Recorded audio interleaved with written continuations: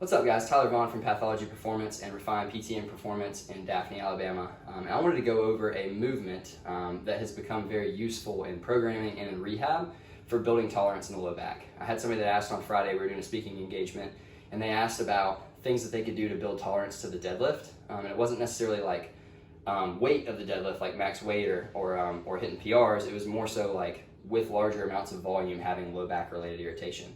And so they asked if there was any specific exercises they could do to better prepare for that without actually doing the deadlift. And so one thing that we talked about is the Sorenson Hold, which I'm about to talk to you about. There's been some good research that has shown that it can be a great way to build tolerance, to improve readiness for the deadlift and rehab.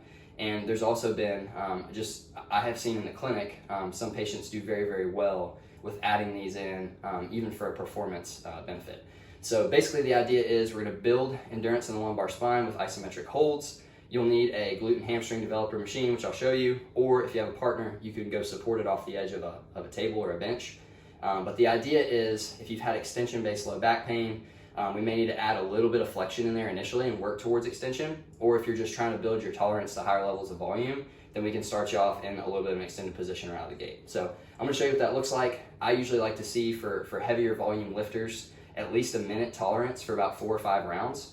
And this isn't something that I would do a bunch of before you deadlift, but it's something that you could do at the back end of a workout as a supplement to try to start building that tolerance. And then maybe use that alongside days where you're doing tempo deadlifting at a little bit of a lighter load to just really work on control throughout the whole range. So obviously if there's positional faults within the deadlift, then that's something you can address as well, but this is more so just ways that you can address it with training. So I'll show you a glute and hamstring developer. That's this machine right here. So let's say you've had a little bit of extension-based low back pain. I may start you in a position where your shoulders are a little bit rolled forward, and we try to generate a little bit more of a rounded position. So that would look something like this. You start in the middle. I'm gonna roll you down like you're trying to crunch into it a little bit, and then I'm gonna come up to hold a squeeze, trying to really engage the top of the glutes and hamstrings, hence the GHD, glute and hamstring developer.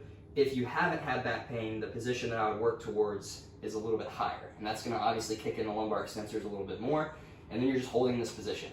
Ways to progress it would be to go hands over the head. You can also go with a weighted hold. But again, I really like to see a tolerance of at least a minute before I start adding any of that stuff in. So give this a try, add it onto the back end of your workouts, see what you think, and hopefully this helps.